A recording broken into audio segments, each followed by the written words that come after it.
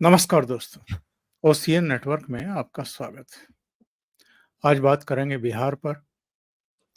बिहार में भी सभी चरणों में चुनाव होने हैं, यानी सभी 7 चरणों में चुनाव होने हैं। तो फर्स्ट फेज का जो मतदान है, चूँकि 19 अप्रैल को है, तो उत्तर प्रदेश, पश्चिम बंगाल, बिहार, ये 3 ऐसे स्टेट हैं जिनमें सभी 7 फेज में मतदान होने हैं। आज बिहार पर चर्चा करने के लिए मेरे साथ पटना से जुड़ रहे हैं अभिषेक तिवारी जी। उनको जोड़ लेते हैं और जोड़ करके न केवल फर्स्ट फेज बल्कि कई और मुद्दों पर भी उनसे चर्चा करते हैं। अभिषेक जी, बहुत स्वागत है आपका। नमस्कार। ओमकार सर, आपको प्रणाम, आपके सभी दर्शकों को प्रणाम, नमस्कार, जय श्री राम। ये एक चित्र आया है जिसको लेकर के तूल दिया जा रहा है बिहार में। ये नवादा का है, हुँ, प्रधानमंत्री और नीतीश कुमार का है। हुँ, अब इसको तेजस्वी और कुछ दूसरे लोग कुछ ज़्यादा तूल दे रहे हैं, कह रहे हैं कि नीतीश बाबू मोदी जी के पैर छू रहे हैं, पैर पकड़ रहे हैं, उन्होंने बड़ा अपमान कर दिया है हमारा, हमारे तो पूजनीय हैं, हमारे तो सम्माननीय हैं। हुँ। ये पैर छूने वाली बात है या जो केमिस्ट्री है दोनों नेताओं के बीच में, उसका एक एक तरीके से ये प्रदर्शन है कि दोनों में इतना तालमेल है, इतना अब घुल-मिल गए हैं, इतना एक-दूसरे से मज़ाक कर रहे हैं कि उसको गलत तरीके से पेश करने की कोशिश हो रही है। ये कोई नीतीश कुमार जी के साथ मोदी जी की केमिस्ट्री नई नहीं है, वो ठीक है, पलट के राजद में चले गए हैं। लेकिन मैंने पहले भी कहा था कि सिमिलर स्टाइल ऑफ पॉलिटिक्स अगर एक अपीज़मेंट वाला नीतीश कुमार का छोड़ दें, तो मोदी और इनमें रहा है।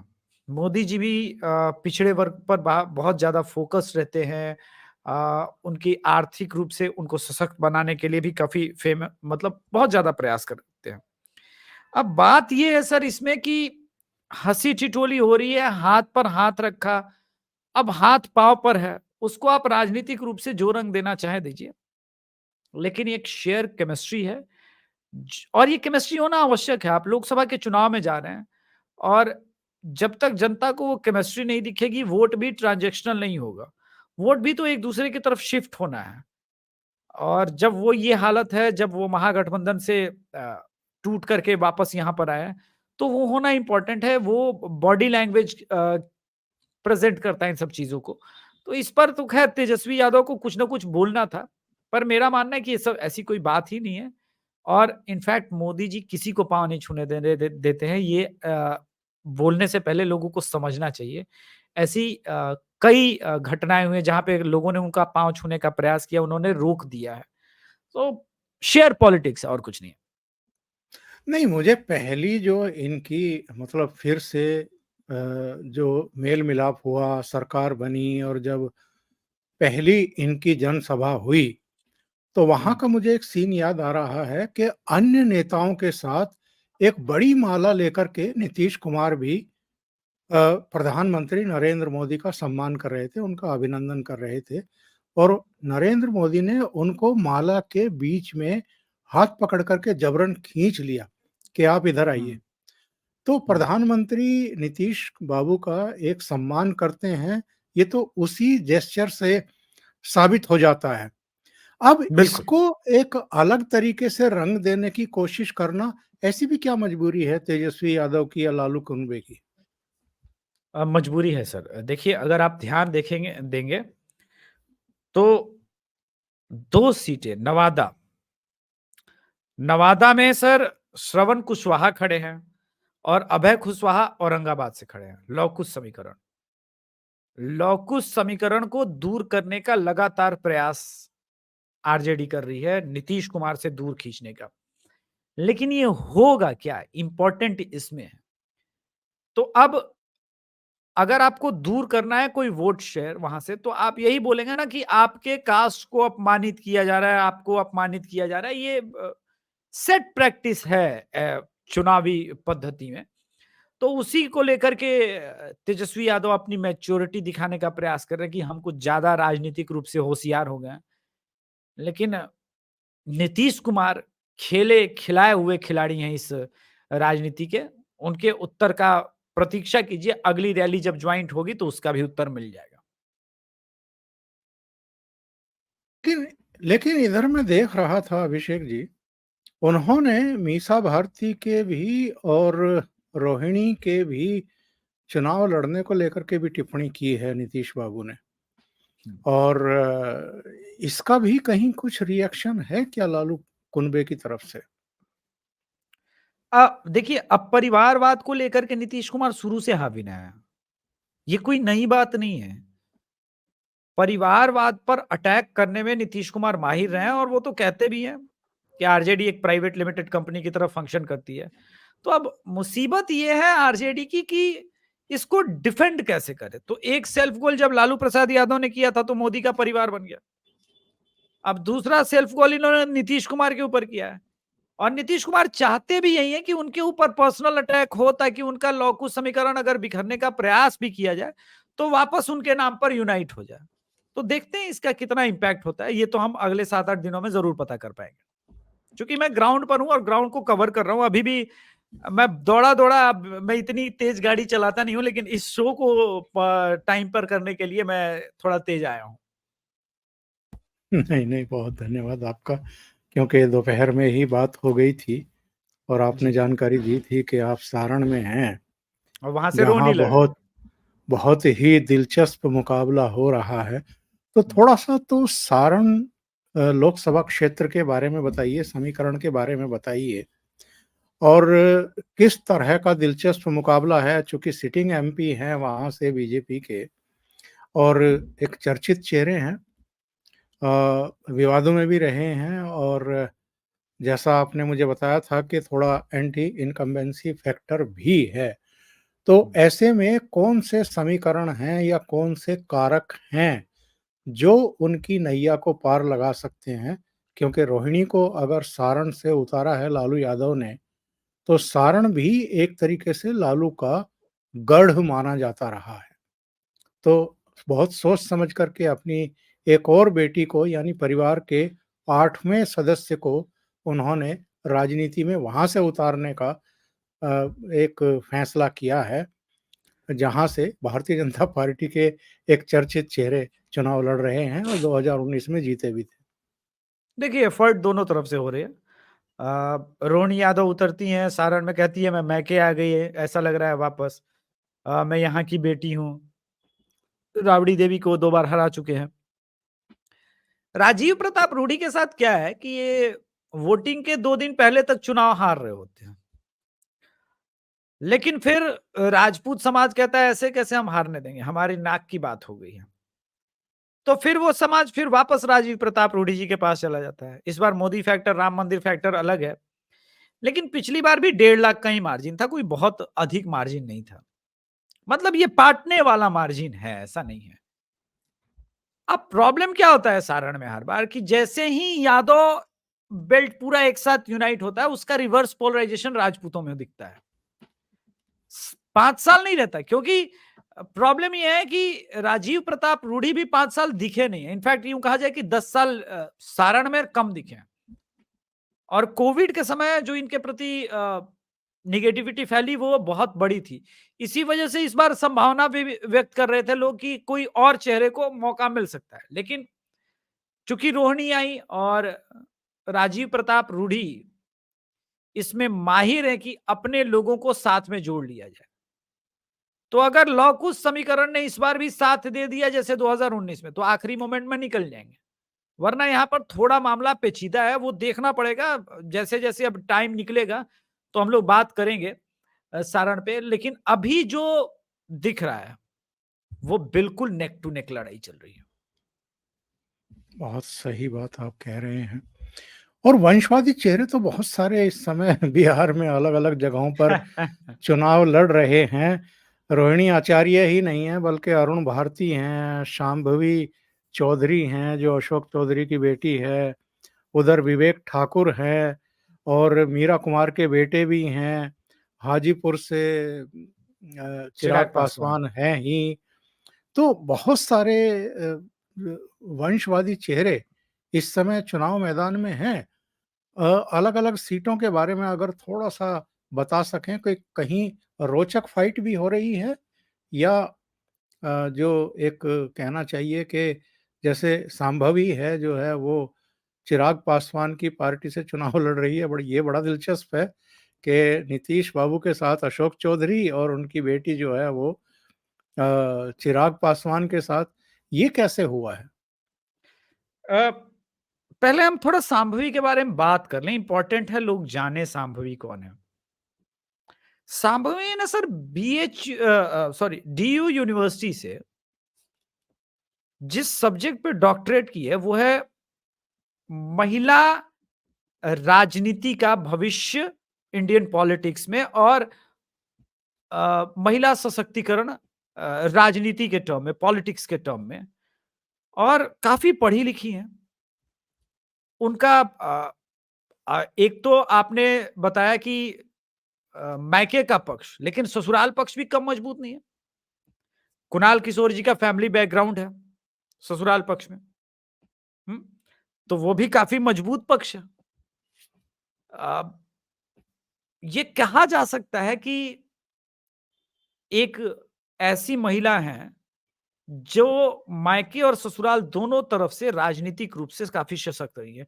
तो परवरिश तो उनकी पॉलिटिकली हुई है। उन्होंने अभी एक बयान दिया था जिसको लेकर के कहा था कि देखिए ये बात निश्चित है कि चूंकि जिसमें बैकग्राउंड से हूं, एक पॉलिटिकल लॉन्चिंग पैड तो मिल ही जाता है, हमारी वॉइस पहुंचाने का हमारे पास माध्यम जल्दी मिल जाता है, किंतु फाइनली हमको फेस तो जनता को ही करना है और जनता ही मुझे चुनेगी, और ये बात तय होगी कि वो मेरे इंटेलेक्ट पर बात करेगी, मेरे शिक्षा पर बात करेगी, या जो मैं उनके लिए बात कर रही हूं कि मैं चाहती हूं कि महिलाओं का प्रतिनिधित्व राजनीति में हद से ज्यादा हो। तो ये इंपॉर्टेंट है। और देखिए 5 लोकसभा सीटें चिराग पासवान लड़ रहे, उसमें से 2 महिला को उन्होंने टिकट दे दिया। तो पहली बात तो ये। अब आते हैं, मैंने पॉडकास्ट भी किया था अरुण भारती जी का, another highly educated, MBA foreign से किया, Shri Ram commerce of college में पढ़े, स्कूलिंग मसूरी में हुई। बिहार को ठीक है परिवारवाद है, लेकिन बिहार को इस तरह के इंटेलेक्चुअल लीडर्स की भी आवश्यकता है, और चिराग पासवान ने ये पैटर्न अपनाया। चिराग पासवान खुद काफी पढ़े लिखे हैं, अरुण भारती को दिया वो भी पढ़े लिखे, और शांभवी को दिया ये भी पढ़े लिखे। तो चिराग पासवान जिस एजुकेशन की तरफ लेके जा रहे हैं और युवाओं को अट्रैक्ट कर रहे हैं कि देखो भैया मैं ऐसे लोगों को ही अधिक टिकट दूंगा जो पढ़े लिखे बहुत हैं। यही तो अरविंद केजरीवाल किसी समय कहा करते थे कि पढ़े लिखे नेताओं की आवश्यकता है देश में। अब इतने हाईली एजुकेटेड लोगों को टिकट दिया जा रहा है तो अब भी प्रॉब्लम। तो लेकिन सामने से देखें तो सामने से हैं तेजस्वी यादव, तेज प्रताप यादव, रोहिणी आचार्य, टेक्निकली ग्रेजुएट हैं लेकिन कितनी पढ़ी लिखी हैं वो सबको पता है, और मिसा भारती टेक्निकली डॉक्टर है सर्टिफिकेट के अनुसार, लेकिन एक दिन भी अपने पूरे लाइफ में प्रैक्टिस नहीं किया है, तो ये भी हम जानते हैं। तो एक मैसेजिंग चल रही है दोनों तरफ से। जमुई की सीट पे जो उनके अपोनेंट में है उनका नाम है अर्चना रविदास। वो कहती है वो भी मेरा माइक है, जो जमुई लोकसभा क्षेत्र है।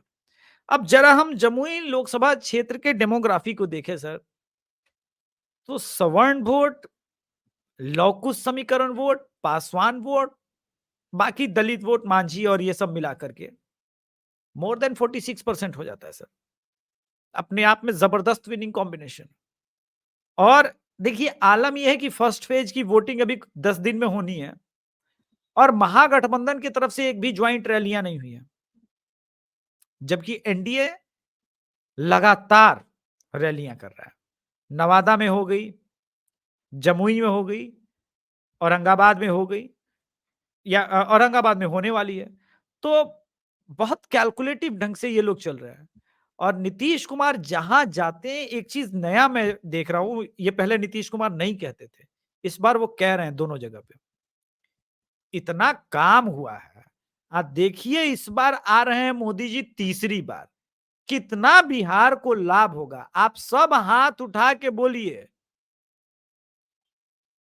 आप सब हाथ उठा के बोलिए, अरुण बाबू को वोट कीजिएगा ना। मतलब वो चाहते हैं कि मेरा वोट कंप्लीट स्विंग हो, वो ट्रांसफर हो। ही पहली बार वो मेक श्योर कर रहे हैं। ये नीतीश कुमार कभी नहीं कहा करते थे। इसका मतलब नीतीश कुमार समझ रहे हैं इस बात को कि मौके की नजाकत ये है कि नरेंद्र मोदी जी के साथ ये जो लहर है, इस लहर में एक तो अपना वोटर का इंपॉर्टेंस बता दें, अपना इंपॉर्टेंस बता दें, और मैक्सिमम नंबर ऑफ, क्योंकि वो जानते हैं कि मेरा वोटर जब शिफ्ट होगा तभी जदयू पर इनके भी वोटर शिफ्ट होंगे। और चिराग पासवान से स्पेशली मीटिंग की गई थी इसके लिए। चिराग पासवान जी ने पांव छुए, नीतीश कुमार जी के साथ गिले शिकवे दूर हुए, और आप देखिए उसके बाद चिराग पासवान और नीतीश कुमार की भी केमिस्ट्री नजर आने लगी। बड़ा प्रशंसा किया था जमुई लोकसभा क्षेत्र में कई मुद्दों को लेकर के। सो एनडीए इस वक्त जो है वो बहुत कैलकुलेटिव ढंग से, मांझी जी खड़े हुए हैं गया से। पहले सम्राट चौधरी के जाना सिर्फ प्रोग्राम था। चिराग पासवान को जैसे पता चला कि उनकी आवश्यकता है, चिराग पासवान सारा काम छोड़ करके गए गया में मांझी जी के लिए प्रचार प्रसार करने। ये सब छोटी बातें नहीं है। हम इसको एक अम्ब्रेला में देखें तो वो बीच का जो रॉड होता है अम्ब्रेला का, वो नरेंद्र मोदी और उसके इर्द गिर्द जो है वो ताना बाना बुना जा रहा है। और ये राजद को अभी समझ में नहीं आएगा। फर्स्ट फेज का वोट होने दीजिए, उसके बाद ये पैनिक मोड में आएंगे। क्योंकि मेरे दृष्टिकोण में ये पहला जो 4 सीट है, इसमें तो बीजेपी वर्सेस महागठबंधन नहीं है, इसमें राजद वर्सेस एनडीए हो रहा है। ये ध्यान देने वाली बात है। क्योंकि एक एक चिराग की भी पार्टी लड़ रही है, एक हम भी लड़ रहा है, 2 सीटों पे बीजेपी भी लड़ रही है। तो ये तो एनडीए हो गया। इसी वजह से इतना एफर्ट डाला जा रहा है। जी। अच्छा अभिषेक जी, अभी मैं देख रहा था पीके का एक इंटरव्यू जो पीटीआई के साथ उन्होंने दिया है।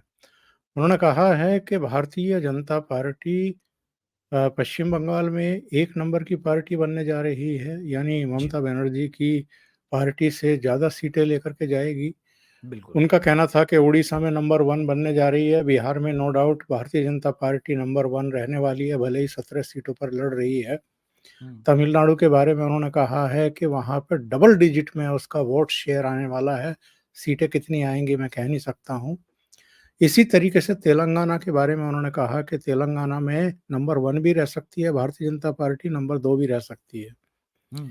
तो बिहार के बारे में जो कुछ उन्होंने कहा है और जिसका अभी-अभी आपने चर्चा किया है, जो फर्स्ट फेज के इलेक्शन होने हैं जिन 4 सीटों पर, थोड़ा-सा उनके बारे में बताइए कि वहाँ पर क्या सिचुएशन है?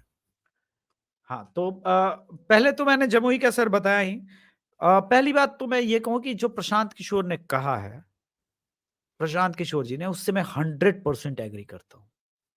तमिलनाडु में डबल डिजिट में जा रही है, तो हम लोग फ़ोन कॉल पे मैं लगातार आपको फीडबैक देता रहा हूँ, चर्चा करता रहा हूँ कि कैसे वहाँ पे क्या-क्या परिवर्तन हुआ है।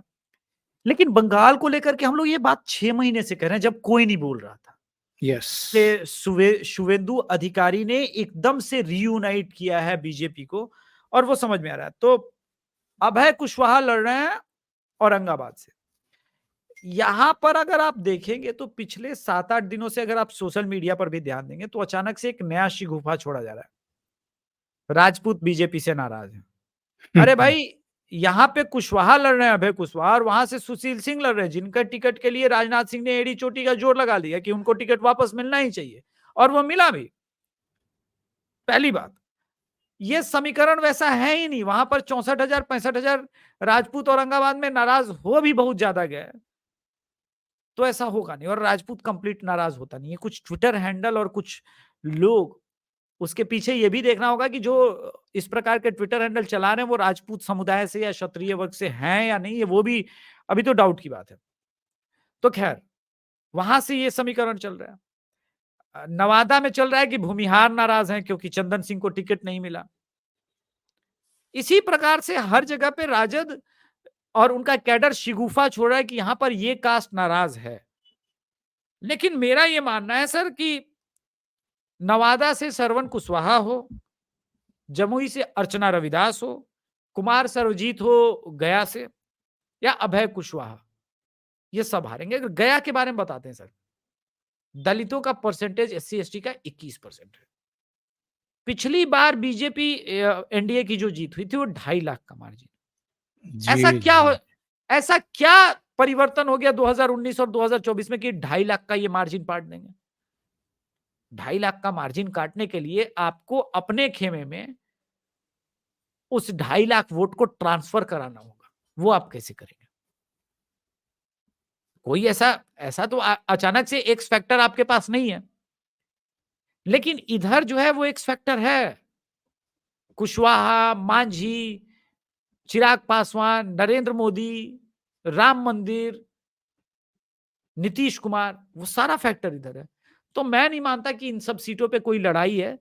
अब दिखावे के लिए, बोलने के लिए बहुत कुछ कह सकते हैं, लेकिन जो प्रशांत किशोर जी ने बिहार के संदर्भ में कहा, मैं उसको मानता हूं कि देखिए, कुछ सीटें कम हो सकती है, 1 या 2 और। यानी बीजेपी संभवतः एनडीए 37 पे रुक जाए। लेकिन बीजेपी तो 17 की 17 जीत रही है अपने कोटे की सीटें सभी, उसमें कोई डाउट नहीं है। अच्छा, ये जो खेल चल रहा है, जो आप बता रहे हो कि राजपूत नाराज़ हैं, ये तमाम तरह की बातें की जा रही हैं। ये खेल यहाँ भी चल रहा है, वेस्ट यूपी में भी चल रहा है। बिल्कुल। अभी सहारनपुर में एक कोई पंचायत या महापंचायत बुलाई गई राजपूतों की, वीके सिंह को टिकट नहीं दिया जी गाज़ियाबाद से। अब ये लोग भूल जाते हैं कि उत्तर प्रदेश में तो चीफ मिनिस्टर ही राजपूत है। इसके अलावा सेंटर में डिफेंस मिनिस्टर जो हैं वो राजपूत हैं और अलग-अलग पदों महत्वपूर्ण पदों पर जो है राजपूतों को नवाजा गया है।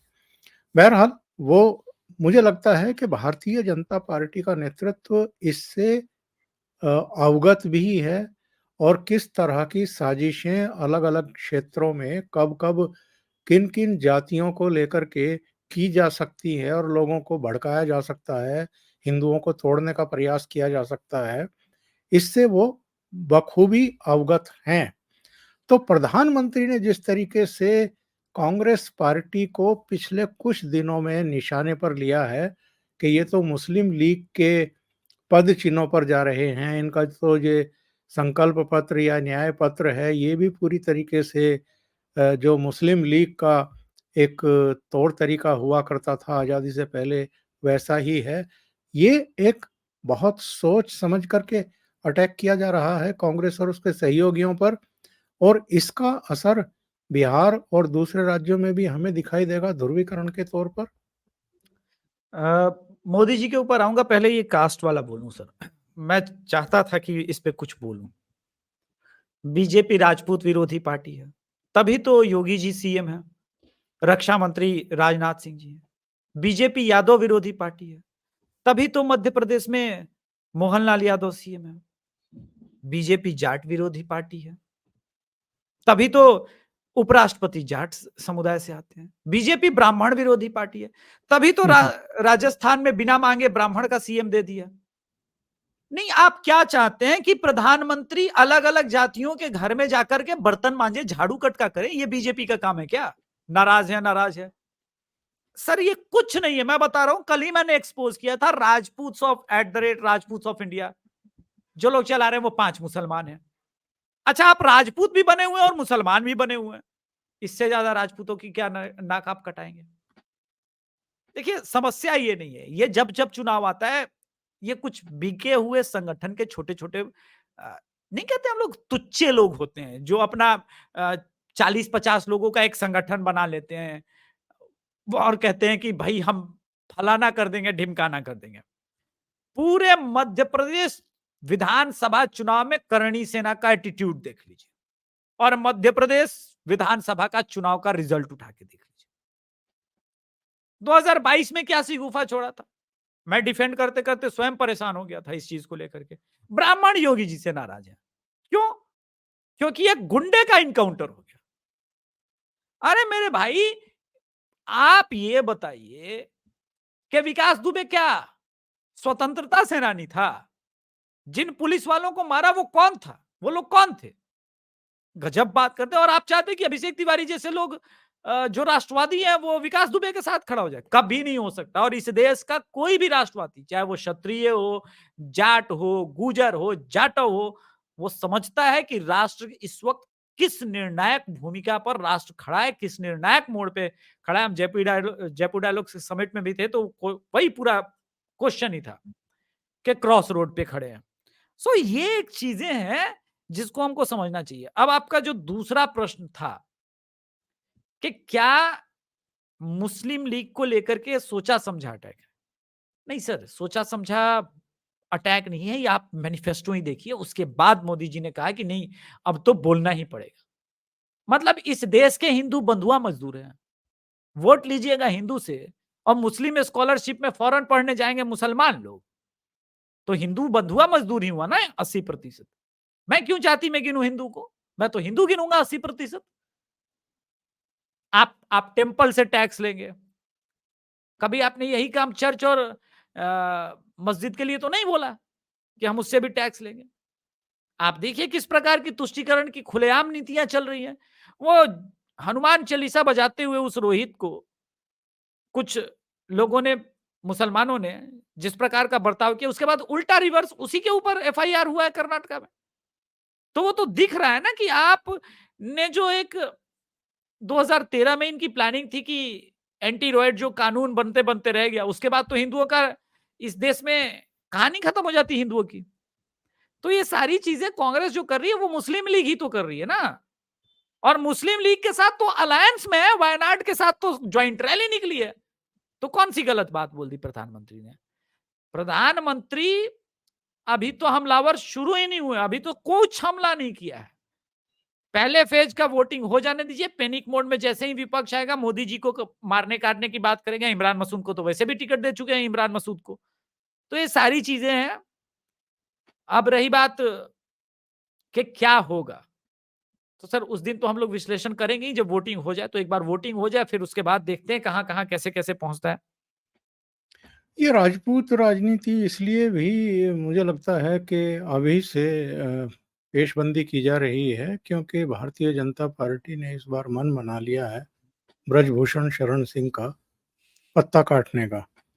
तो ये जब महिला पहलवान जंतर मंतर पर प्रदर्शन कर रही थी, तब यही जो ट्विटर हैंडल था, राजपूत्स ऑफ इंडिया करके, ये जाटों के खिलाफ भी बहुत जहर उगल रहा था उस समय, और ब्रजभूषण शरण सिंह का समर्थन करता हुआ दिखाई दे रहा था। हम भी उस समय जो एक हरियाणा की पॉलिटिक्स थी, जाट पॉलिटिक्स थी कांग्रेस की, उसकी चाशनी में चूंकि ये रंगे हुए थे महिला पहलवान, तो हम लोगों ने भी इसका इस तौर तरीके का विरोध किया था। लेकिन जब से ये ब्रजभूषण शरण सिंह के टिकट के कटने की बात आ रही है, तब से ये ज़्यादा वोकल हैं और पेशबंदी कर रहे हैं। सर ब्रजभूषण शरण सिंह का टिकट बच जाता अगर वो रेसलिंग फेडरेशन के चुनाव जीतने के बाद आकर के ये नहीं बोलते कि जलवा कायम था, जलवा रहेगा। इस देश में एक ही आदमी का जलवा है जिसके पीछे लोग दीवाने हैं, नरेंद्र दामोदर दास मोदी। बाकी किसी को लग रहा है कि उसके वजह से ये इस देश में हो रहा है, तो आप 2010 में भी थे, 2004 में भी थे ना आपने कौन सा तीर मार लिया था? कितनी सीटें यूपी में आप लोगों ने दिला दी थी? 2010 का चुनाव का रिजल्ट उठा के देख लीजिए। तो ये सारी चीजें होती रहती है और मैं मानता हूं कि क्षत्रिय समाज का ब्रांड एम्बेसडर योगी आदित्यनाथ से बड़ा कोई नहीं है। ये सब छुटपुटिया लोग हैं, दो कौड़ी के। इनकी खुद इनके समाज के लोग नहीं सुनते। बिहार में तो मैं लोगों से मिल रहा हूं, अभी मैंने कहा कि राजीव प्रताप रूडी के समर्थन में वही क्षत्रिय समाज खड़ा होता है हर बार। ये सब बकवास बातें हैं। ये देखिए क्या होता है कि चुनाव जब आता है, सर आप भी जानते हैं, इतने सालों से आप चूंकि इलेक्शन कवर ही कर रहे हैं, मुझसे तो कहीं ज्यादा सीनियर पत्रकार हैं, तो विपक्षी पार्टियां ऐसे ही लोगों को पकड़ती है क्योंकि वो जानती है कि उसका वो कोर वोटर नहीं है, तो चाहती है कुछ शिफ्ट हो जाए, कुछ नाराजगी फैल जाए। तो ऐसे ट्विटर हैंडल को पैसे भी दिए गए होंगे प्रमोट कराने के लिए, इस प्रकार का उन्माद फैलाने के लिए। और मैं तो पिछले 6-8 महीने से कह रहा हूं कि लगभग 10,000 से अधिक फर्जी Twitter handle, Facebook handle, Insta handle, जिन पे आपको मोदी और योगी जी की तस्वीरें दिख जाएंगी, लेकिन वो समाजवादी पार्टी का, राजद का, समय समय पे कांग्रेस का समर्थन करते हुए नजर आएंगे। आप देख लीजिए, इकरा हसन का समर्थन में खड़े हो गए ये लोग। अब मुझे कुछ इसके बाद भी एक्सप्लेन करने की जरूरत है क्या? बात ही खत्म हो जाती है। जी। बहुत-बहुत धन्यवाद अभिषेक जी, इतना समय निकालने के लिए और कई महत्वपूर्ण मुद्दों पर चर्चा करने के लिए। नमस्कार। बहुत-बहुत धन्यवाद ओमकार सर। प्रणाम आपके सभी दर्शकों को। नमस्कार। नमस्कार। जय श्री राम।